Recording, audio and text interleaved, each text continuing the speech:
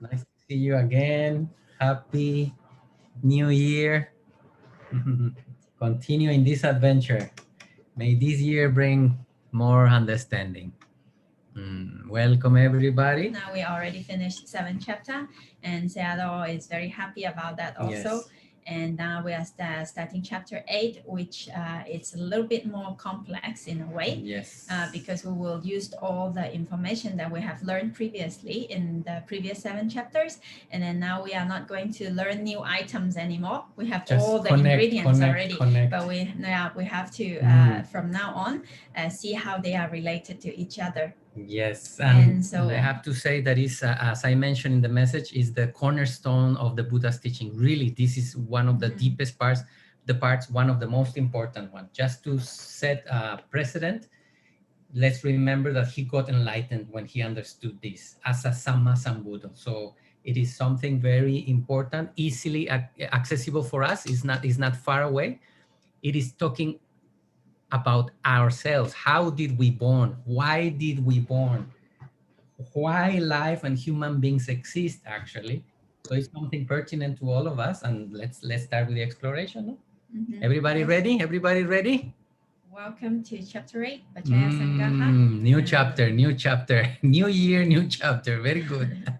So let's pay respect. Yes. And then we'll start with today's content. We remember all our teachers and their teachers going back generations and generations until arriving to the Buddha. And together we offer our gratitude and respect. Namo tassa bhagavato arahato sama sambuddhasam. Namo tassa bhagavato arahato sama sambuddhasam. Namo tassa bhagavato arahato sama sambuddhasam. Iti piso bhagava araham sama sambuddho vichacharana sampano sukato lokavidu anutaro purisa dhamma sarati satta deva manusanam buddho bhagavati. Sadhu, sadhu, sadhu. Welcome everyone. Everybody ready? Ready? Okay, my dears, here we go. Chapter 8, so much we spoke about it. Let's wait for chapter 8. Here we are and going good. Yes. Okay, so let's start. Charana. Yes, so chapter 8 is about cause and effect, actually. Yes. The Buddha, he taught actually, his main teaching is about cause and effect. So according to the Buddha's teaching, nothing arises just spontaneously appeared out of nowhere. And also everything has a cause, and the effect, of course, are conditioned by the causes. So in this chapter, we are going to look at 2 important teachings about cause and effect. So for cause and effect, here in this chapter, there are different terms that we are going to use, and we're going to introduce you this term first before we start into the main content. Now, what we usually call cause here is called paccaya, which means the conditioning states or cause or condition. Or that thing that conditions something else. So anything that conditions other things is called paccaya here, paccaya, conditioning states. So it can be cause, or it can be a condition. Then later we will get into more details. And for the effect, it is called paccayuppana here. That means conditioned states. In other words, the effect.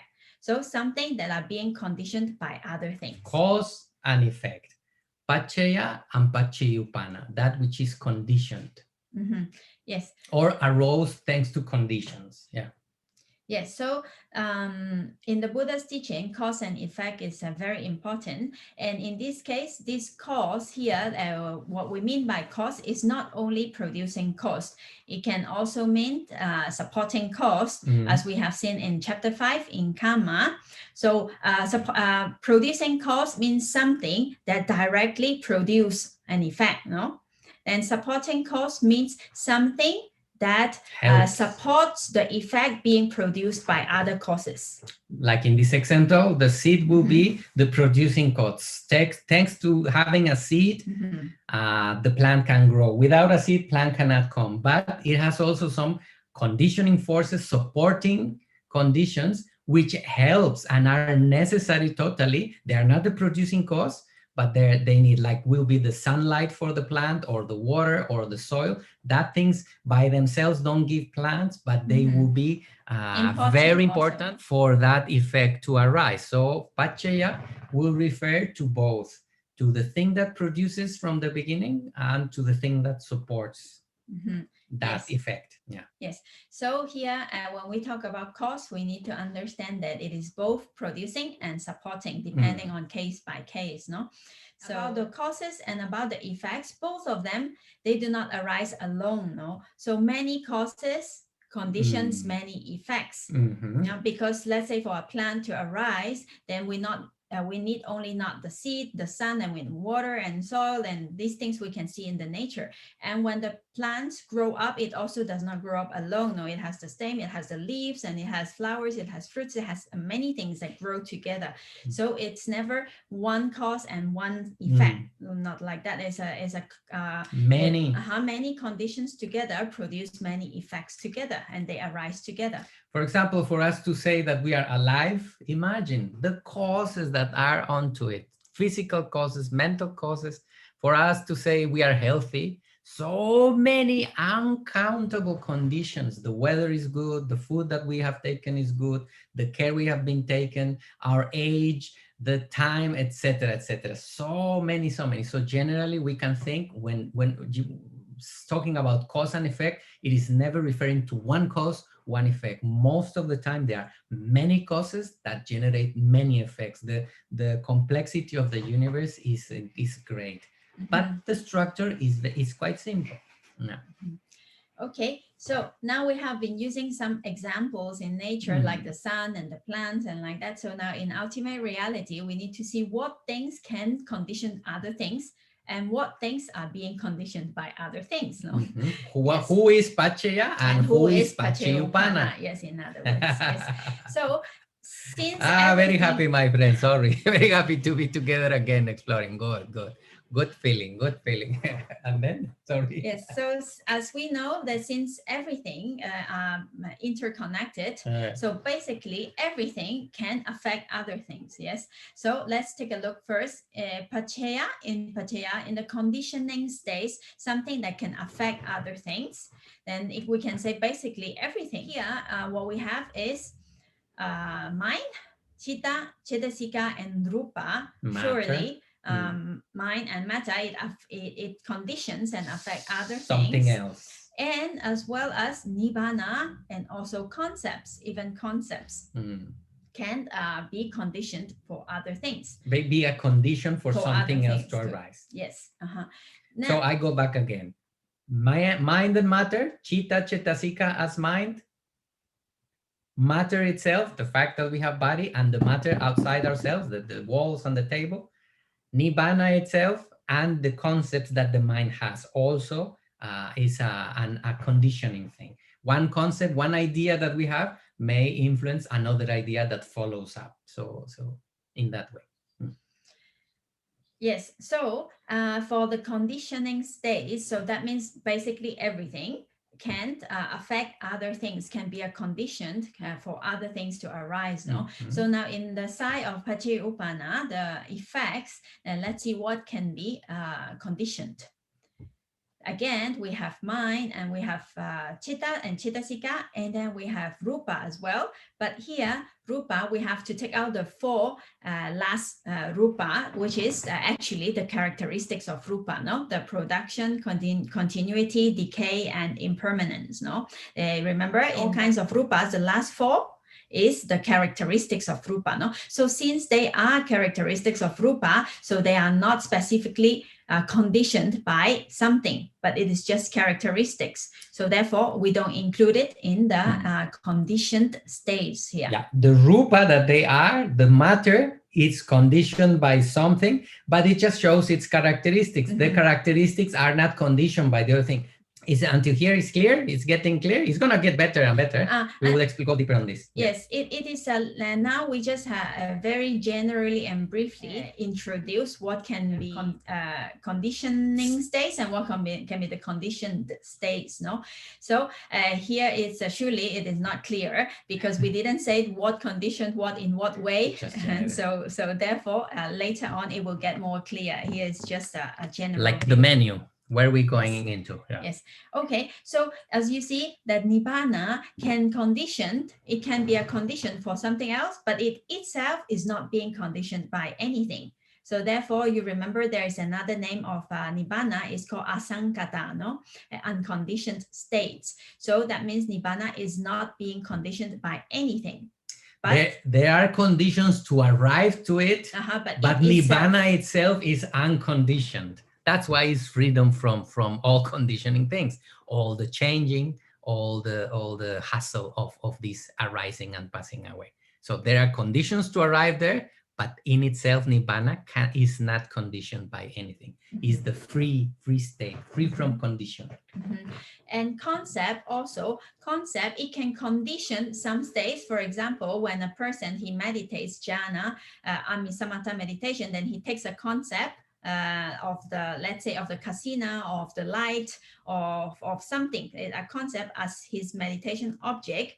So in that way, it helps, it is a supporting condition for as an object for his concentration or for his practice. No? Yeah. So in that case, it can condition something, which is the jhana chitta, or the kusala chitta that the person is having while meditating. No, but the concept itself, since it does not really exist, so it is not being conditioned by anything, because it is not a reality. Another example, which is quite warm, is like when we are doing metta meditation, we are thinking, for example, about a family member. May that friend or family member be well. Actually, the person is not there, actually. We are just have the concept of that person. We are imagining the person, but that concept is helping our minds, one, to get concentrated and develop goodness inside our minds. So in that case, that concept is being the cause for goodness or for well-being, love,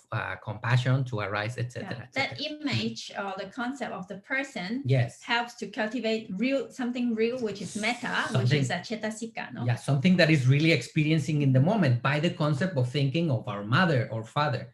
They are not there in our mind. It's just a concept, a memory about them. Whatever the mind knows about them is being used as a tool to generate love or generosity, compassion, and in that case, yes. So later we will get into more details, and also in the first section we are not going to see too much into details of how each things are related to each thing yet, the relationship, but we are going to see what connects with what first. Then slowly we will come into this other content, and then it will be each time more clear. So in this chapter, as we have seen, that we're going to talk about cause and effect. So two very important teachings of the Buddha is being given in this chapter. The first one is called Paṭicca-samuppada, dependent origination. And then the second one is called Patana, Bhante just mentioned, the causal relations. So in Paṭicca-samuppada, we are going to explore, now we are going into more details about how life works, how things are linked to each other. And in Patana, it is even more extensive. It will include not just Paccaya and Paccayuppana, it will also include Paccaya-sati, which is the relations between A and B, let's say. Okay, well, let's go into the next slide and it will be more clear. In short, Paṭicca-samuppada answers the old age questions. Who am I? What am I doing here? How did humans arrive? That one is the one regarding human. And Patana describes the relation, not just why humans are here or how beings in general, all kinds of beings, but it also says the relations from beings and the matter around us. Why mountains are there? Why the world exists? What kind of forces makes all this happen? So this is in a general. Paṭicca-samuppada will refer to beings, especially human beings. We are dealing with one, so I think it's quite important for us to see. Yes, we will mostly based on human, but the Paṭicca-samuppada, it includes all kinds of beings. So let's go into a little bit of an introduction of the Paṭicca-samuppada.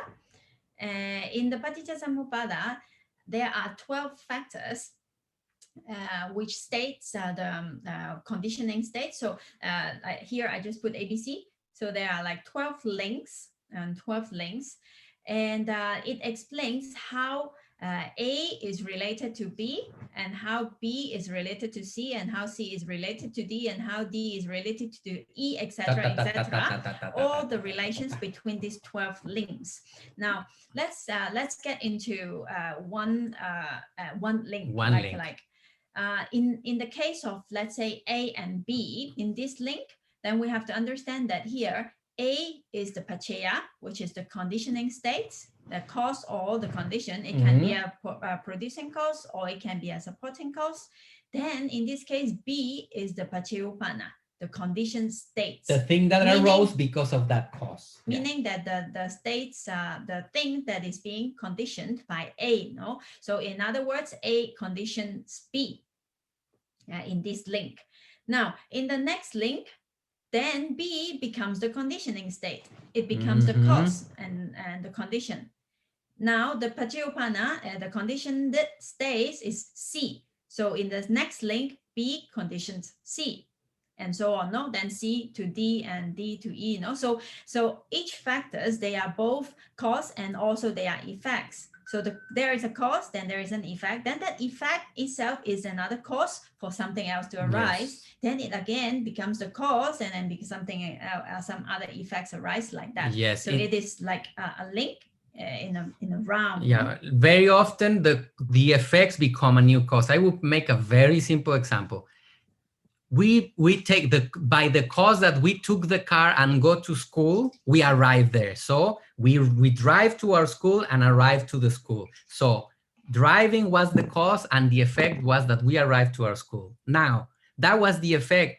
That effect becomes the cause because we were in the school, we learned something new. And then now, being in the school, the other cause is already gone. How did we arrive? Doesn't matter. What was the effect now is the new cause for learning something. And then that learning just moved to the next one. That learning was the effect. It becomes the cause for taking a decision in our work or in our family, whatever. So you can see that thing.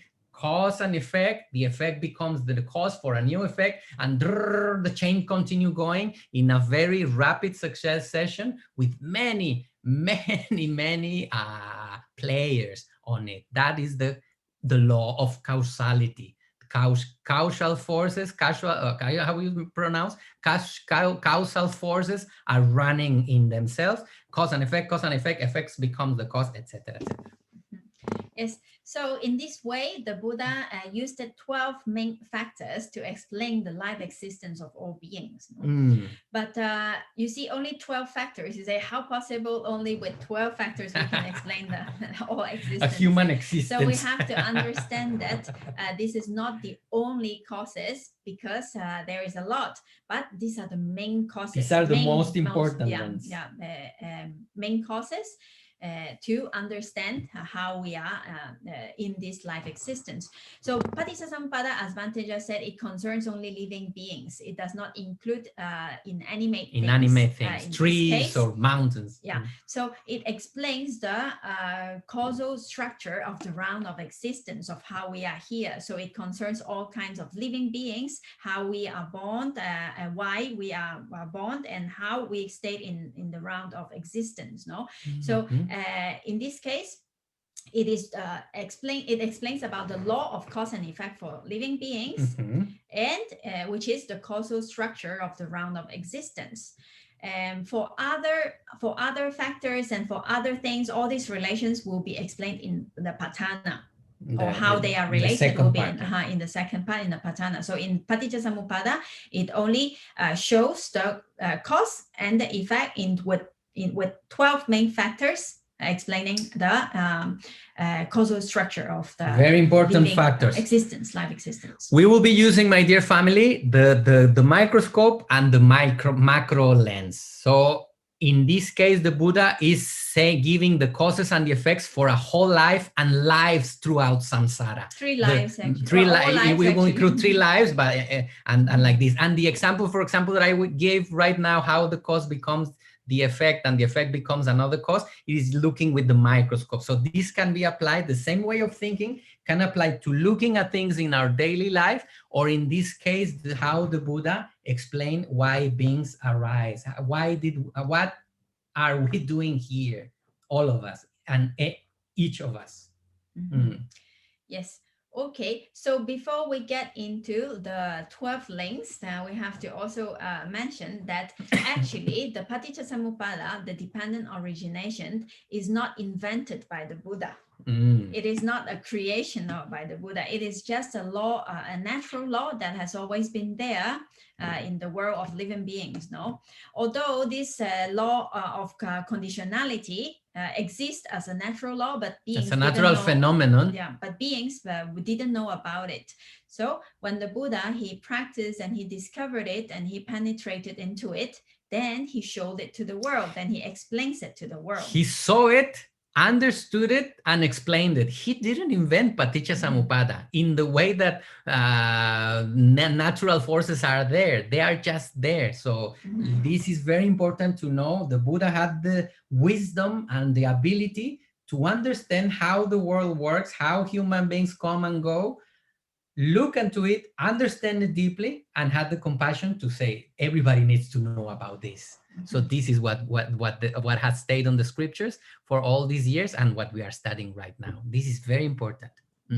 Yes, so it is a natural law, go. That is discovered by the Buddha and shown to us, no? But imagine how powerful to understand these characteristics of nature that made the Buddha himself got enlightened into the deepest enlightenment available as a Samma Sambuddha. So you can imagine just the understanding, the wisdom of seeing how nature works really clears our mind from delusion, from all the fantasies, I am this, I am that. The Buddha clearly saw it and he left it for all of us to contemplate and hopefully, eventually understand it deeply and get free from suffering and from unwise attachments to our self-view, etc., etc., etc. Freedom from ignorance, looking at nature how it is. Yes.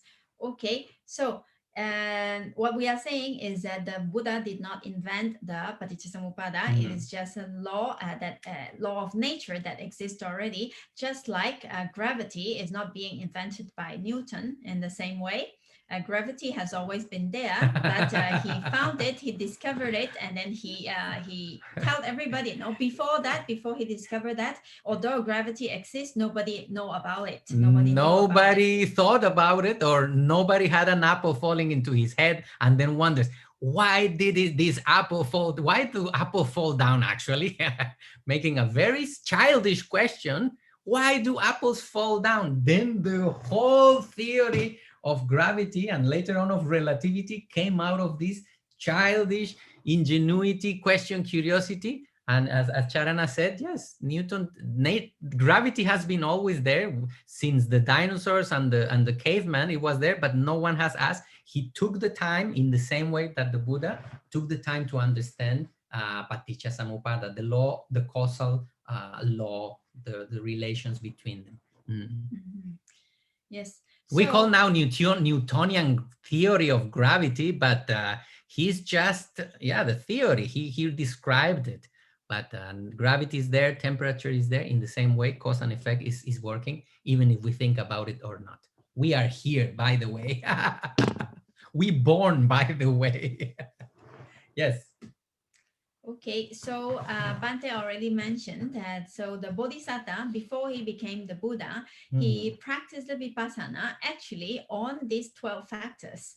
So before he got enlightened, the Buddha, actually, he already knew about the Paṭicca-samuppada. He know and he understands very well how how it works, The how links. the law of nature works, how which link will lead to which one, and why we are in this existence. So the Buddha, the Bodhisattva at that time, before he became the Buddha, to be, he practiced the Vipassana, taking each of these 12 links. He practiced understanding each factor, how it is anicca, dukkha, and anatta, understanding the characteristics of each factors in the dependent origination. So he contemplated on it many and many times, also in the arising order and also in the cessation order. So he practiced it very thoroughly throughout the whole night. Then later on, then he got enlightened, and even after he got enlightened, he continued to contemplate on the Paṭicca-samuppada. So therefore, the Paṭicca-samuppada is very well known, or very studied. Well studied by the Buddha. Before his enlightenment, during his practice for enlightenment, and even after his enlightenment, he contemplated on it for many times. So yes. So he knew about the Paṭicca-samuppada dependent origination. Before he got enlightened. So, but by contemplating on this, it helped him to attain the higher stages of vipassana, wisdom, and to gain the enlightenment as a sammasambuddha, as the Buddha. So in this case, we have to know that the Buddha, because he is so familiar with the Paṭicca-samuppada, so throughout, and it is such an important teaching, so throughout the 45 years of his teaching, he has taught many disciples, many people in different ways about cause and effect. So sometimes you may find in different suttas, there are different versions of the Paṭicca-samuppada. Sometimes, depending on his audience, the Buddha explained from the beginning to the end. Sometimes he explained from the end to the beginning. Sometimes he explained from the middle to the end. Sometimes from the middle to the beginning, or just a few links in the middle, depending on his audience. Because he's so good at Paṭicca-samuppada, he knows it so thoroughly, and he can pick up at any point and explain. And let's remember that when he was teaching, he was doing so not for himself. He was doing so for the person who was in front of him to understand that. So maybe in some scriptures, we're talking about this because there are some controversies when people goes to the suttas without having the Abhidhamma exploration previously. They say, no, but the Buddha only mentioned three links. No, the Buddha mentioned 12, and there are sometimes. So it was because the Buddha was giving whatever was necessary to that person, the one who, we need to have it in context, who he was talking to and what kind of knowledge that person had, or what was important for that person to understand. Maybe he understood 8 of the links. So he didn't need the 12. He just needed the last ones for him to understand. Or he focused on only in 2 links. How is the relation between? Because he wanted the people to understand something specific. Let's remember that the Buddha, as a doctor, he was giving a prescription. You need to understand this regarding to the patient, spiritual patient that was in front of him. So just have that in mind, and that's why we will find in the scriptures many ways of approaching the same teaching. But actually, we will be covering the 12. It's important to know the 12, and then we can go and explore the one that interests us more, or some of them are easier to understand than others. As any deep topic, it will be like that, how we approach in a healthy way. Yes.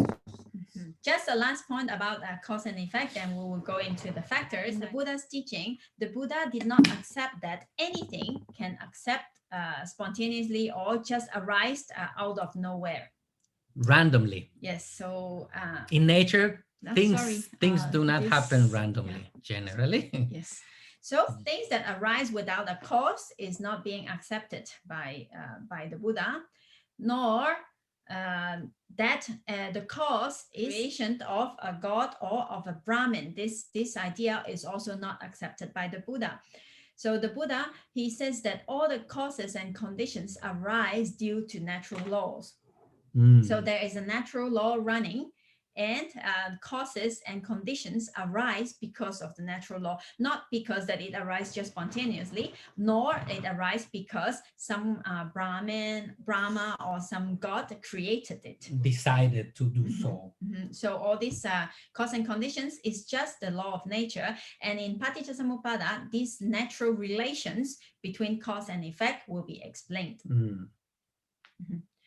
Okay, so now you see that there is this graphic. This graphic we did together with two very dear friends. Do you remember our friends from Russia? Very dear ones. Yeah, Evgeny and Tanya. Evgeny and Tanya. Ah, you know Evgeny and Tanya. Very nice. So we created this chart together under the guidance of Sayadaw-ji. Then so actually Sayadaw-ji he gave us a hand drawing. Yes. And then he asked us to make it in the computer, and then so we made it, and then we talked to Sayadaw, how about changing here and there? Sayadaw said, then okay, we change here, and so finally this was the chart that we made with Sayadaw-ji for the last course that we took with Sayadaw. Very. And later we will use this chart, but at the moment, because this chart has all the complete information, so we don't have all the ingredients yet. So later we will go into Look, this chart. The original drawing of Sayadaw-ji Unandamala. Imagine Sayadaw-ji Unandamala give us a hand. Look at how lovely it is. This is the original one. He told us, explained the whole links and said, oh, this one goes to this, this one goes to this. And you can see that there is corrector inside. So he kind of was thinking about it. And then later on, he came up with this last one. And then he asked us, please make it in the computer so everybody can understand. It took us some time, because it's quite... Once you start putting the things graphically, as you can see, there are so many things. I mean, it's describing why beings arise in the world. So imagine how important it is and how careful it must be taken. So fortunately, we had the guidance of Sayadaw-ji, and he was telling us, oh, no, please put this here, put this number. So eventually, after some time, we came with this. So I think we think it's very valuable. Yes. So first, we are going to see the outer link. So which is this 1, 2, 3, 4, 5. So avijja, paccaya, sankhara, sankhara, paccaya, vijnana, like this. 1 to 2, 2 to 3, 3 to 4, 5, 6, 7, 8, 9, 10, 11, 12. Then later on, we will go to the second layer and the third layer and the fourth layer, because it has deeper. We have to understand in deeper ways how they are related. But first of all, we need to know the links first. Yes. All the 12 the items first. This chart has many dimensions and many big implications, and it turns, is around. We born and die, and we reborn and die again, and we reborn and die again, as long as we are inside the Bhava Chakra. But let's start with the center. Bhava Chakra means the wheel of life, the wheel of existence, the wheel as the car, wheel of becoming. That is Bhava Chakra, the wheel of continued existence. Yeah, so Sayadaw said this is the starting point, and then we turn around. And then go back and then start again with another life, but the process is the same. Yes. Okay, so anyway, so we need to go factor by factor, and then later we will come back to this chart. It's a little bit early now to see this chart. So let's go link by link first in a very general way. We will go through all the 12 links in a very brief way. Have a general idea. Have a general idea of what links to what and why. That's it. Who are the players? Who are the 12 players of this game? So probably today we will do the general. So we finished looking at the 12 factors, 12 links, how they are related to each other. Then who they are and how they relate generally. Then next week we will see into details each link. So each factor, what this factor means. So this factor, let's say avijja, exactly what is meant by avijja in this link. In ultimate reality. This link, no? Which we can all know because we already started. This is the usefulness of studying the previous chapters. Now we can see what kind of mental ingredient it is and what is generating very clearly in ultimate reality. We will go thoroughly about it. Yeah. Maybe not very thoroughly because it depends medium thorough because otherwise we'll have it will take us a longer yes, you're right. So we will just go into a little bit more details about each link, and I think for this chapter, for this chapter 8, we will see how it goes, no? Because if we want to go deeper and deeper and deeper, then it will take years. It will take time. Even also, I have to be very honest, I myself don't understand it in the deepest level, so I cannot explain everything. And also, this Paṭicca-samuppada, later on in other deeper understanding way, it can also be combined to study with the Patana, which is another study. Yes. So, but well, okay, we'll talk about this later. But what I wanted to say is that we will go through general today, and then the next week we will go into each link, see what is exactly what in the next class. Life is deep, my dear family. It's a long run, but we can go give the first 2 rounds, and later on it will be a task for ourselves to continue. Remember that inside this wheel is the code to be free from suffering. Just remember, think about it. We're talking about something deep and important. So let's start. Let's start. In first glance, it may look that it sounds very logical and very easy to understand. Actually, there is a famous story that one time Ananda. Do you remember the assistant, the cousin assistant of the Buddha, Venerable Ananda? Yes, Venerable Ananda. I thought about that. He told the Buddha. He said, Venerable Sir, the Buddha, Paṭicca-samuppada looks profound, and it is profound, but it looks easy to me. I can understand the links. And then the Buddha turned to him and said, Ananda, don't say that. He tells to Ananda when he says, Bhante, this doesn't seem so difficult. He said, it is quite easy to understand. And the Buddha says very famously, Ananda, don't say it so. Don't speak like that. Paṭicca-samuppada is deep in meaning, it looks deep. It is deep, and it is because of not understanding the Paṭicca-samuppada that being stayed in samsara. Imagine how strong. Because we don't understand this, that's why we are rolling in samsara, period. Yes, so Venerable Ananda kind of understood and went deeper on it, and yes, eventually he recognized that it looks deceiving because it's only 12 links. It's good that we understand and get inspired by it. We don't want to make it difficult, but just to note, my dear family, there are many levels of understanding. Let's start with the beginning, and I think we will go quite far, because we fortunately have the guidance, and there is one whole course by Sayadaw Unandamalaji, which he explains this. So you want to go deeper? There are the teachings from the masters. So here we go. Okay. Yes. So let's go to the first link, Avijja Paccaya Sankhara. Yes. I encourage everybody to get familiar with the Pali words here, because those are words that you already know. So avijja is a synonym term of moha, no? Ignorance. Of ignorance. So avijja, moha, no?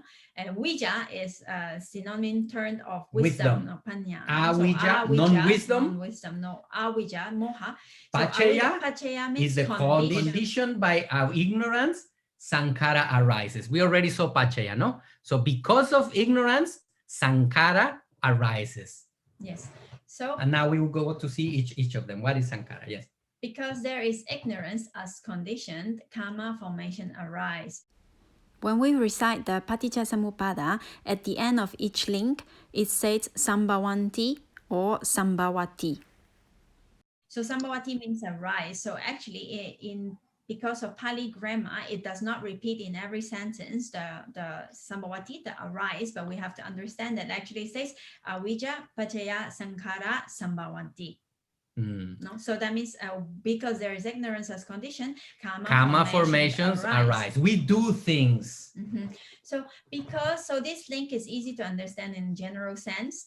Because of ignorance, because we don't know, we keep doing all kinds of actions. Good or bad actions. We don't know what are clearly the results of our actions. We are not sure about it. That's why we continue doing. In the case of wrongdoing, because somebody don't know what are the effects of his bad actions as a cause, he continued doing them, later on receiving negative results, and then can be complaining, but ignorance is just rolling on it. Because of this ignorance, we continue doing good and bad.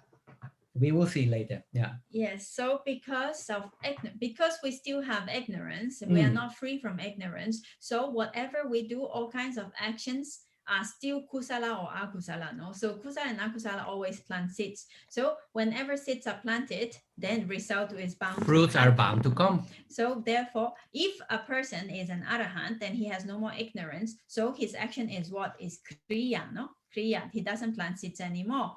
So therefore, there will not be results anymore. So therefore, because there is still ignorance, we keep planting seeds, doing good and doing bad, all kinds of actions, mental, physical, and verbal. So because of this, then results will happen. Now here, karma formations means just good and bad actions. No? So we keep doing actions. So now this is the first link. Because of ignorance, because of moha, then we keep doing different kinds of because things. of ignorance, we do unwisely. Then actions. So sometimes wisely also, but still they are actions. Yes. So anyway, the details will come later. Then sankhara pacaya vijnanam. So because, as we already said, because we planted seeds, then results are bound to happen. Because there is karma formation as condition, then consciousness arises. Vipaka chittas arise. No? When we have kusala and akusala, then vipaka arise. Yes. So specifically, rebirth consciousness also arise because we keep doing you remember actions. Rebirth consciousness is a resultant consciousness. So if we plant seeds for a human mind to continue moving, the movement of the mind happens. So a new Patisandi, a new birth, a new consciousness, a new human being in this case. We came to this world. We are looking right now in the moment. Because of our previous actions, we had potentiality, we left energy. That's why, because of that energy, there was energy enough to generate another human being. Yes. In this case, each of us. Yes, that is like, let's say, why we are being born in this life, because of our previous actions. Because there was energy, there was material, there was fuel for a human being to happen. That's why a human being happens. If there is no fuel, then there is no movement, no more creation again. Then the next link, vijnana pacaya nama rupa. So when there is vijnana here, we have to understand it as chitta. So because there is consciousness as condition, then mind and matter arises.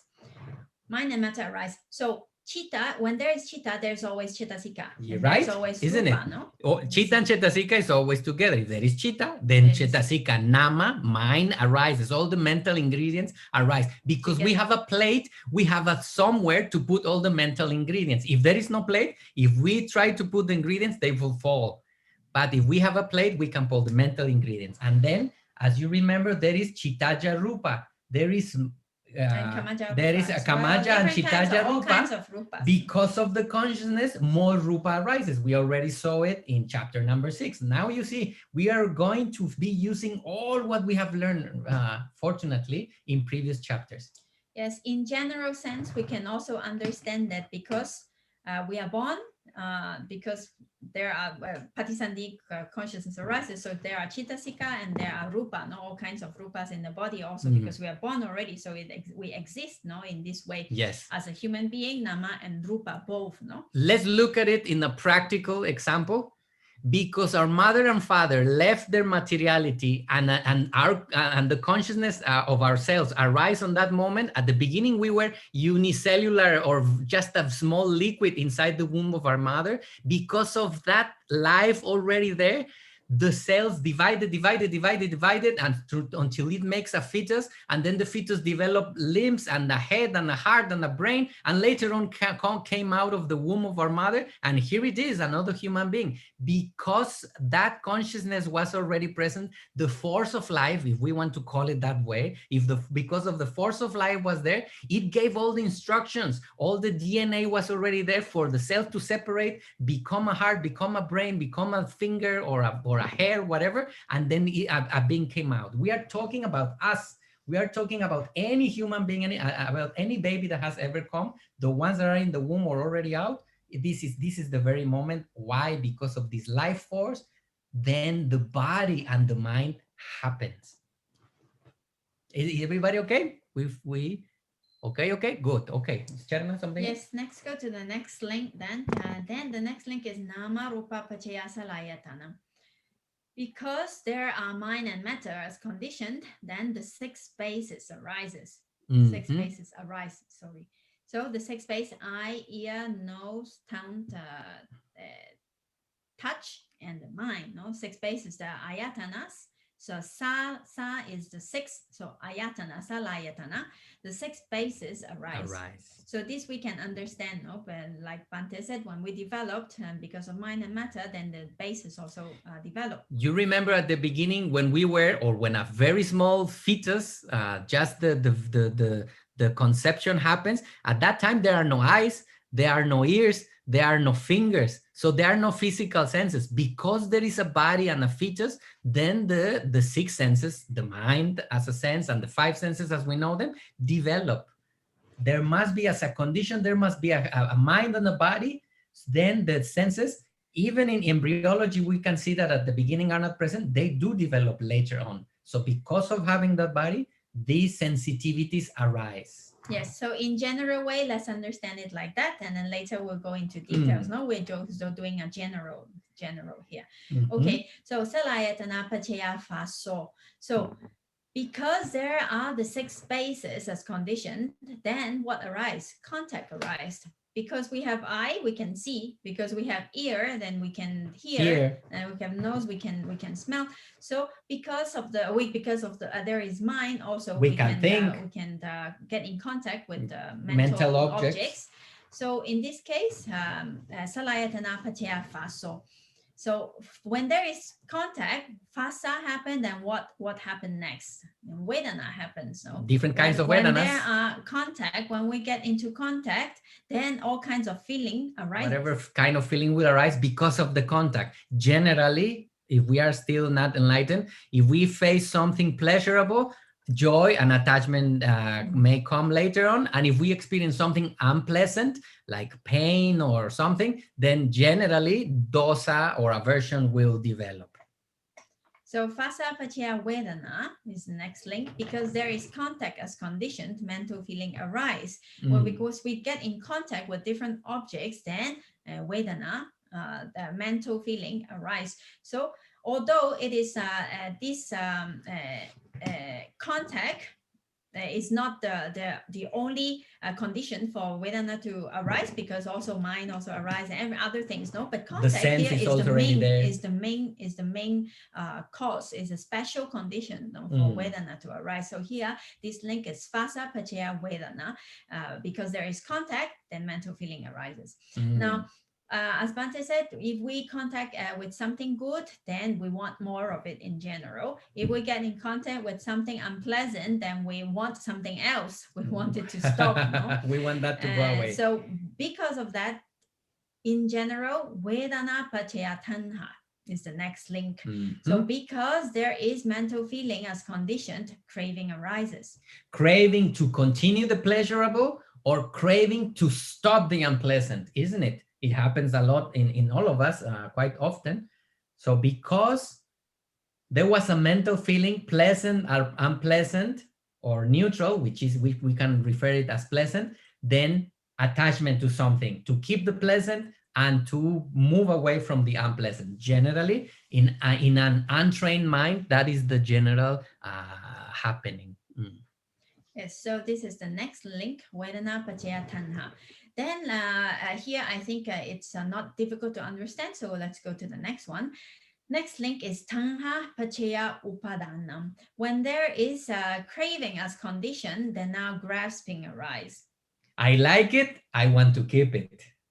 Isn't it? I like it so much, I want it. I want more, and I like to keep it. I don't want it to disappear. Oh, the seed of suffering has just planted. At this very moment, the seed of suffering is planted because nature will make everything change. Nature will make everything go. So if we unwisely, ignorantly wish for things to continue the same without taking into account the law of change in nature, we are bound to suffer. So here is where we start again. We are already planting the seeds for the next reconnection.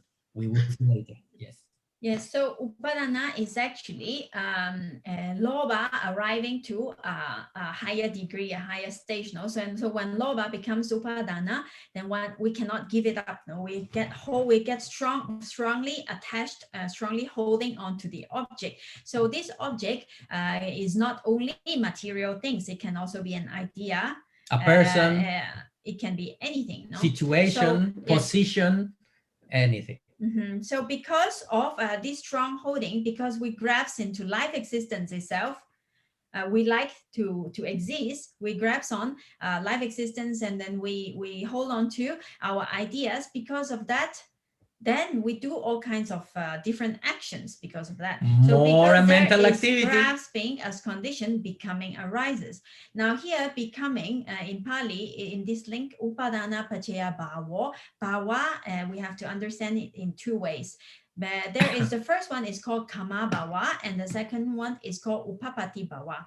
The first one, kama bhava, means actually karma, no? Means action. Because we hold on to life, because we hold on to our idea, we think this is good, we think this is not good, or we like it this way, we like it that way. That's why we do our actions according to how we like it, no? According to how our idea, according to how we think. So that's like why or dislike, upadana, but like is there, yes.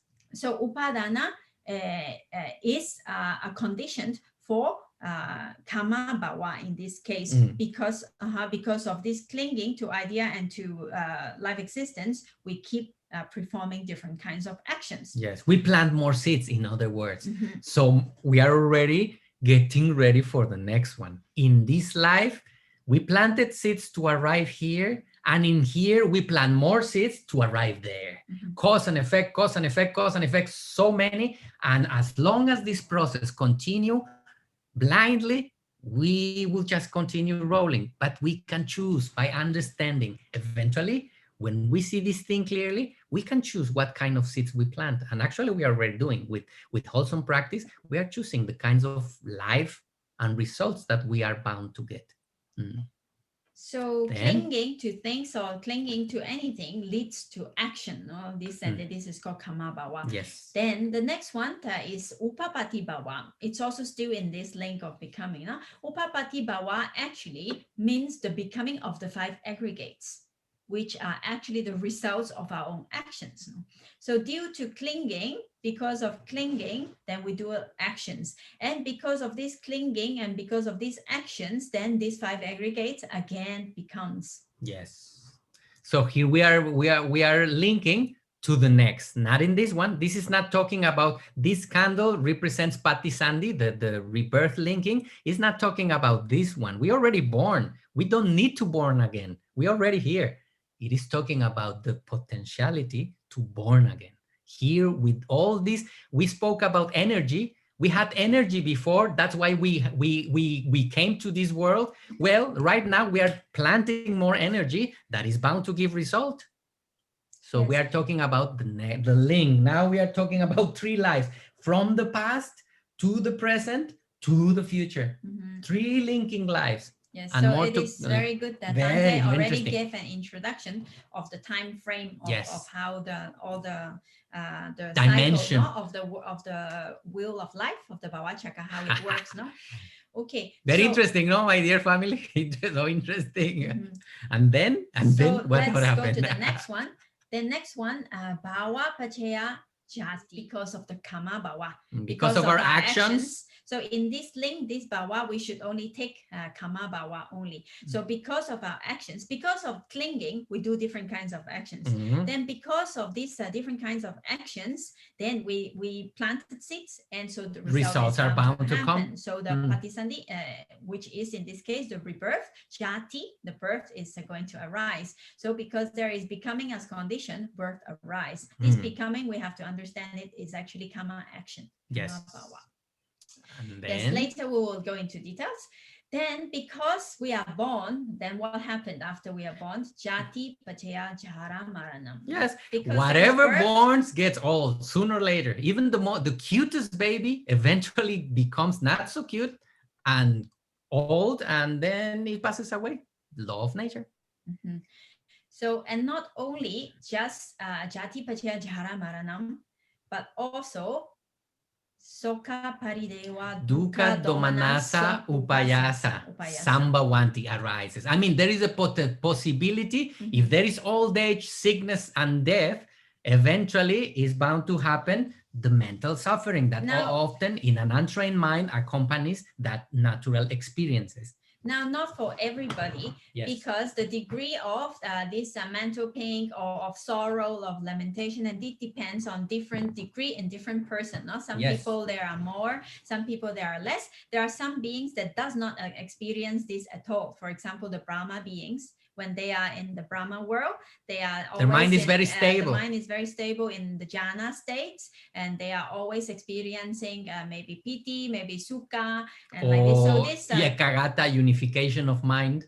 Yeah, so this sorrow, lamentation, physical pain, and mental pain, if this is arupa beings, no physical pain as well. So that's why these ones, the yellow ones you see here, sorrow, lamentation, physical and mental pain, and despair, all this is not a must. But as a human being, it comes together. It exists in the world. Let's put it like that. These things, sorrow, lamentation when somebody loses something, whatever it is, physical and mental pain, and despair when people, like in the last image, when you feel despair is really kind of a lost cause or something, it exists in the world as a possibility. Let's just leave it right there. Suffering exists. Why? Because we're born. If somebody doesn't come into the world where this kind of sufferings and old age and death and loss exist, well, that being, if he doesn't born, he would not suffer that. Because we is born, we have potentiality to experience this, but not also, we also experience happiness. In between all these moments of sorrow or loss or moving, yes, of course there is a lot of happiness. We are not putting it not to. But even if we live the most fulfilling life, the most happy and stable life, no one, my dear family, can escape the law of nature. Even a very happy person will get old, very happily old. But he also hopefully will happily die, but no one, even the happiest one, will be able to escape that. So in this world, the law of nature, regardless what kind of reaction we have towards nature, be it ignorant or wise, no one can escape the law of time. Then eventually, even happily, we arrive to old age, and sooner or later, we need to say goodbye to possessions, family members, etc., and here we go again. So this is what the Buddha is pointing out. It's not pessimistic just to say sorrow, lamentation, pain, and despair. That exists in the world, but also happiness. But this is what he's talking about. No one can escape the law of nature. It will sooner or later come. Hopefully, we are wise about it. And then this is what he's talking about in independent origination. So jati pachaya jara marana, because of birth as a condition, then old age and death is sure. That is sure. That is the sure link. And in bracket, soka paridewa dukkha domanasa upayasa. These ones, those sorrow, lamentation, the pain and despair, all these are most probably it will happen to most human beings, but there are beings that does not experience this as well. So this is not a must, but jara, marana, old age and death is sure. Yes. Okay, so now we have gone through in a very general way the 12 links, and Bhante also very nicely explained it and introduced it, the time frame of because of our past action we are born into this life, and because we are born into this life that we have the mind and we have body and we have the six senses. Because we have the six senses, we get into contact with the different objects. Sound, sights, smells. Contact, then what arises? Feeling arises, mental feeling pleasant, arises. unpleasant, or neutral. When pleasant or unpleasant feeling arises, then craving arises. I want more pleasant. I don't want unpleasant. Or craving for different feelings arises. Then when there is craving, when we want something, then it gets stronger. Attachment arises.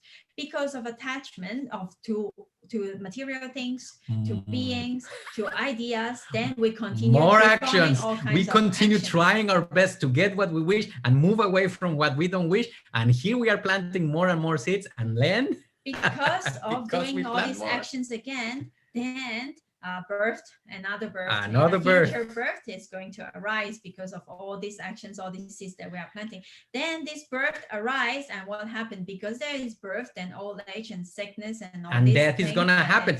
My dear family, if something doesn't born, can it get old? Impossible. If something doesn't born, can he or she die? No, he never born. But whatever borns is bound to get old and die sooner or later, law of nature. So this is what he's talking about. We are inside this thing. And then once you born, you are bound to get old and death. And because of that, then soka paridewa, dukkha, domanasu, payasa, sambhavanti, sorrow, lamentation, sadness, and despair have possibility of arising. Let's put it elegantly at that. That exists in the world. That is suffering. That's what the Buddha was mentioning. As long as we continue blindly and ignorantly planting seeds, the nature will continue to do its job. Cause and effect, cause and effect, cause and effect for very long periods of time. But we have a choice. The first of it, starting with, now we know, at least know, that nature has logic. And this is possible. We will get onto that, to stop that process if one wishes. Mm-hmm. Now you may think then it is a round circle, no? So we start from avijja, start from ignorance, and then we've gone to all the way to old age, sickness, and death, to death. Then how does this old age, sickness, and death link back to avijja, link back to ignorance? How come? So what is the cause of avijja? Because avijja is the first is the main cause for other things, for the actions and for all the round to turn around. No? So what is the cause for avijja? There are also causes for avijja. So Sayadaw-ji, Bajwa Sayadaw-ji, he explained that. He said, in our human life, in the old age and old age time, then when we are old already, then sometimes the mind, it's getting a little bit, we may say, little sad, no, like, because we're getting older, we're not as strong as we were when we were young. Then also things that we wanted to do or we want to do, we can't do it as well as we can, as we would like it to be. Physical strength, mental strength, everything is going down. So because of that, many times there could be a lot of conditions for this sadness or not happiness to arise. So sadness, there is a word, melancholy, even just the melancholy. Oh, when I was remember young, that time when I was young. I'm not consider myself very old and already have some kind of thoughts like that. Oh, Charana, you remember when we were young and doing all these things? Imagine, there are still some. So yes, it has happened. Yes. So because aquellos ayeres tan lindos que vivimos. So because of those situations, because of those conditions in old age, then a lot of unwholesome mind state can arise. So this unwholesome mind state is the asawas. No? Remember chapter 7, we learned about the asawas. So there is also avijja sawa, no? Like this ignorance. Wound, the boil. How you say in English? The boil, the thing that comes up. Yes. Brewing and so because of that, it is conditioned for more ignorance to arise. Yes. So more ignorance, and because of that, then again, then this ignorance also have cause. So this ignorance, again, then we come back to the next link, avijja, paṭicca-samuppada, and so it turns around and around. We will see in detail. So to give it a roundup, now we will do the chanting, the traditional chanting, which is one of the most famous or popular among Buddhist teachers and students, because it's very important. It's the essence. It's part of the essence, a very important part of the teaching of the Buddha. And you may have heard it before. I think we have chanted before. So it goes avijja paccaya sankara. Sankara paccaya vijnana. Vijnana paccaya nama rupa. Nama rupa paccaya salayatana. Salayatana pacheya, faso, contact, fasa pacheya, vedana, sensation, vedana pacheya, tanna, desire, tanna pacheya, upadana, attachment, upadana pacheya, bhavo, kama bhavo, more activity, kama pacheya, bhava pacheya, jati, birth, jati pacheya, jara, maranang, soka, paridewa, dukkha, domana, supayasa, sambhavanti, ewa metasa, kewalasa, dukkha kandasa, samudayo hoti. In this way, the whole mass of suffering has the potentiality to arise. That's why a human being can suffer. And here we go with all the elements. Something to Not add? as the possibility. I mean, I'm being elegant. Have the possibility of suffering. Possibility. Actually, it we suffer. Arises. Okay. Okay. We The do whole mass suffer of from that. suffering in this The case whole arise. mass of suffering happens. And then, my dear family, in this way, because of these links that we are seeing already, congratulations, gladly we are looking at it, the whole mass of suffering and the rolling of samsara, the wheel of existences continue to roll and roll and roll and roll. Mm-hmm. We are inside it. We are it. There are ways to go out. There are ways to choose. This shouldn't be just because. Yes, so we have seen now in general the 12 factors of this Paṭicca-samuppada, the link. And so we understand now that this Paṭicca-samuppada is actually the law of cause and effect for living beings. No? So because of these 12 factors, as we have just seen, then the beings that we wrote on samsara again and again, turning around and around in this way. But as Bhante said, good news is there is an exit. There are ways. These links, if we break one of these links, then we come to the exit of samsara. My dear family, we are talking about breaking the code of existence. I'm not speaking figuratively. I'm not speaking fantasizing. Really, this is the code of life. We have choice. Mm-hmm. If we don't wish to continue suffering or getting the offerings of the world, all this change, all this suffering from time to time, we have a choice. We need to understand in which moment we are planting the seeds. If we don't wish to have those fruits, yes, there are possibilities. This is what the Buddha was really. We have studied all these chapters to arrive to one of these points, to start looking. Now we can talk satisfactorily about what is what, understand what it is, and then we can get the code and then choose. If that will be a personal choice for each of us, yes. But at least we know how nature works. Yes, and so later we will go into the links one by one to see in more details, and also we will see where is the exit, and we will see the time frames, and we will see how these links are related to each other in different lifetimes, and all these different layers we are going to look at. And then we are going to also see patana, which is the causal relations, like how these links are related to each other. We might not go to that for Paṭicca-samuppada in this course, because it's too big, long subject. It will be another course. Yes. So, but anyway, after that, we are going also, chapter 9 is about meditation. So that's actually the way out. The way out. How also, to balance our mind and cultivate wisdom. That's in short, that's it. So the Buddha's teaching very complete. He explained how it works, but he don't just tell us how it works, but he tells us how we can go out of it. No, and that's an important point about Paṭicca-samuppada as well. Yes. So until here, we didn't take break. Actually, we still have some time. So I was thinking, why don't we take a short break, and then we will touch base. We will talk to each other and see if you have any comments or questions or anything. I think we'll stop here for content, because otherwise it will be too much. Yeah, it's enough. We didn't stop because I thought that I saw the clock, but it's better to go through. It was better. Otherwise, we lose the connection. Remember, one relates to the next, to the next, to the next. So if we cut. So anyway, my dear family, next time you hear this very famous chanting, Avijja Paccaya Sankhara, Sankhara, so popular it is. Imagine what the people is chanting. You can hear it in Burma, you can hear it in the pagodas.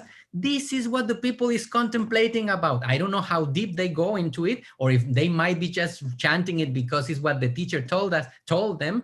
But now you can understand. If we get to understand each link and what implication it has regarding existence, my dear family, look how beautiful this can be. I totally recommend you to learn it by heart in Pali, and then later on, Avijja Paccaya Sankhara. What was Avijja? Start reading, contemplate on it, make it a meditation, and remember that the Buddha got enlightened by this understanding. Using this understanding, he got to the highest knowledge. So it is available for us.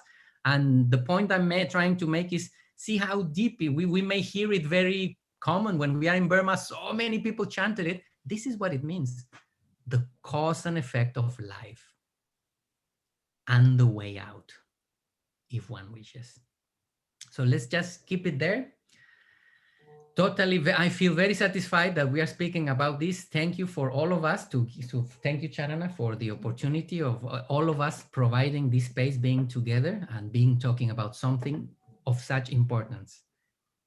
The longer the years pass, my dear family, I will tell you now, the more years it pass and we continue contemplating of this, we will get to understand the depth that the Buddha was talking about, that we're talking about right now. You will see how many layers and how much wisdom will arise from this. Quite simple, apparently, but very deep. I really wish for all of us to have the will, patience, and curiosity to continue this exploration. The door has just been opened.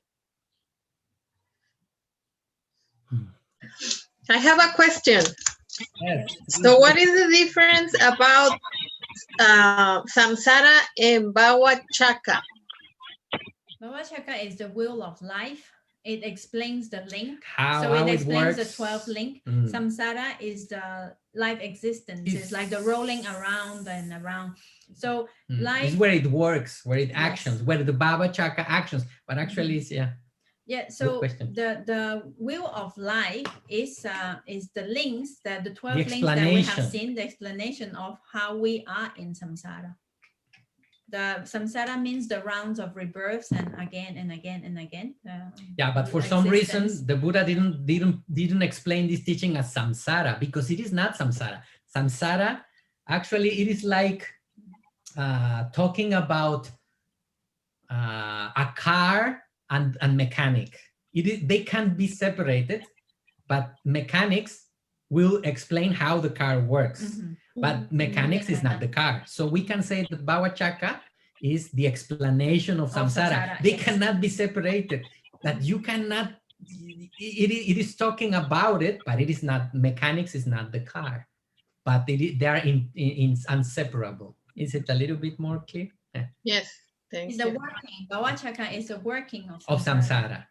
Of course, there are many more things to speak about about samsara, but the Buddha is expressing the things that are important for human beings to be freed from suffering. Remember that is his wish. He only exclusively thought out of compassion for the liberation of beings from suffering. That was his aim. That's what he explained. The cause that brings suffering, how to understand it, so we can choose, if one wish, to stop moving onto that wheel. Something else, Nanchita? Well, it's amazing also how I could see that the explanation of or the way we can stop the samsara, I can see it a little bit clear with this explanation. And everything starts with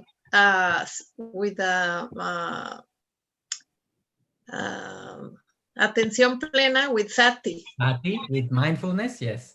That's what I see, that's the beginning of stopping the cycle. Yes. Actually, the exit is in the link of Vedana Paccaya Tanha. because there is the exit. The exit door is in these two links. You will see much clearer. yes, because all the other links is just cause and effect, cause and effect, cause and effect. There is nothing that we can do.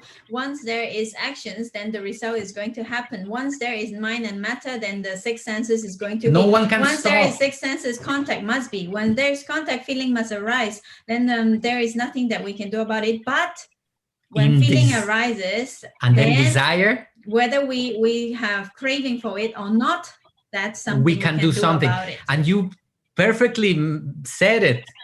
Mindfulness is just the beginning of it. That beginning word must be underlined. It's just definitely the beginning. That the real thing that makes the liberation is wisdom, to understand how it works. And as Charana mentioned, we will go to that point. What is the exit of samsara? It is between this link, between the moment when we have a mental sensation, pleasant and unpleasant, and we don't react with craving or aversion towards it. That is practice. And as you said, if we have no mindfulness, how can I recognize that I'm experiencing pleasant? How can I recognize that I'm experiencing unpleasant? How can I recognize that I'm experiencing craving and aversion? So that is mindfulness is just the tool that we will use. Sorry? Could be the key. Yeah, it's the key. The key will be to open the door. So I know I'm experiencing pleasant and unpleasant. I shouldn't develop a blind reaction with craving and aversion, so I don't plant more seeds. Then the exit is there, and that is spiritual practice. Is where meditation comes in, is where the development of wisdom comes in, and you will see between sensation and the craving, that's the exit. And yes, mindfulness is, as you said rightly, just the beginning, the minimum. Without it, impossible to even think about it. It is a must be, and for wisdom to arise. Yes. Thank you. Somebody else? What is the what a topic we opened today? Very important, and we are happy. I was just mentioning Heidi before opening the mics again. I am very happy, my dear family, to have this opportunity to be speaking about something so important today. Not today, but in our lives. And for me, I feel joyful to be the person to be sharing this at this moment, regardless. Just to be speaking about it and sharing it, I feel worthy. I feel wholesome. So thank for our efforts, really. This is very important. So my dear family, how does this information comes in? What does it make? What questions do you have? Let's explore. I saw you, Andreita, smiling a lot at some moment. I say, wow, she's smiling a lot. Why were you smiling so much, Andreita? Tell us. Very beautiful. Very beautiful. What happened? I've heard or I knew about the Paṭicca-samuppada before, but only like very not deep explanation. And now, even though it was not deep, I thought they were like stages, but now it just felt like it was a living process. Yes, it's a thing. Yes, yes. And it's happening right now. So I felt it like alive in everything that I'm doing. And that was very nice. Yeah. Sorry, that was what made you smile with such a smile? Such a big smile, nice. Oh, sadhu. So understanding, looking at it. Oh, it's happening. It is this. Yes. Yeah. You will be pleasantly surprised, my dear sister. We will go much, much deeper than this in these few weeks. Yes. Yeah, it was very nice because you repeatedly said that it was not deep, the explanation. But even that little taste, it felt really good. Oh, sad. Very glad. I was very happy to see you so happy. Thank you. Mudita. And if it is out of wisdom, man, it's a gift. Thank you. Yes. Understanding is beautiful. Yeah. Thank you. Okay. Yes. Yeah. So thank you, everybody. It is really nice to come back and to continue and to see you all. So we'll continue the exploration next week We'll explore a little bit more details into each link, and I think it will be interesting. Yes, we will go deeper, and you will see very amazing. And remember, as a reminder, we will need to have, once we understand theoretically, we need to contemplate on it over and over again until it becomes with real wisdom, until we see it really on our happening. It will be, it's just, as I said, we are just opening the door. It will take years. I have to be honest. It will take years. Yes. Well, my dear family, we continue. We continue talking. It's very nice to feel family, friendship, Kalyanamittahood. Thank you so much. We continue next week and we stay connected. Best wishes for all the family, especially for those who are sick. Not just in our family, but in all the families. Let's rejoice, as Marifercita nos remind us. Let's rejoice, really. We need to balance. Otherwise, we also do good. We are also good human beings. Let's not focus only on the negative, because there is much more to it. And we share this joy of having opportunity and wanting to develop ourselves with all the suffering beings in the world, which there are many, especially right now. May we all have mental stability and be able skillfully to apply what we are learning here onto direct benefits in our lives, for ourselves, our family, father and mother, sons and daughters, grandchildren, and the people who enters in contact with us. May all of us be free from suffering and make peace with nature. Thank you, my dear family. The adventure is still on. We are together, and I appreciate it very much. Thank you very much. See you next Sunday. Good night, everybody. Have a good night. Have a good night. See you next week. Bye, See you. everybody. Good to see Thank you. you.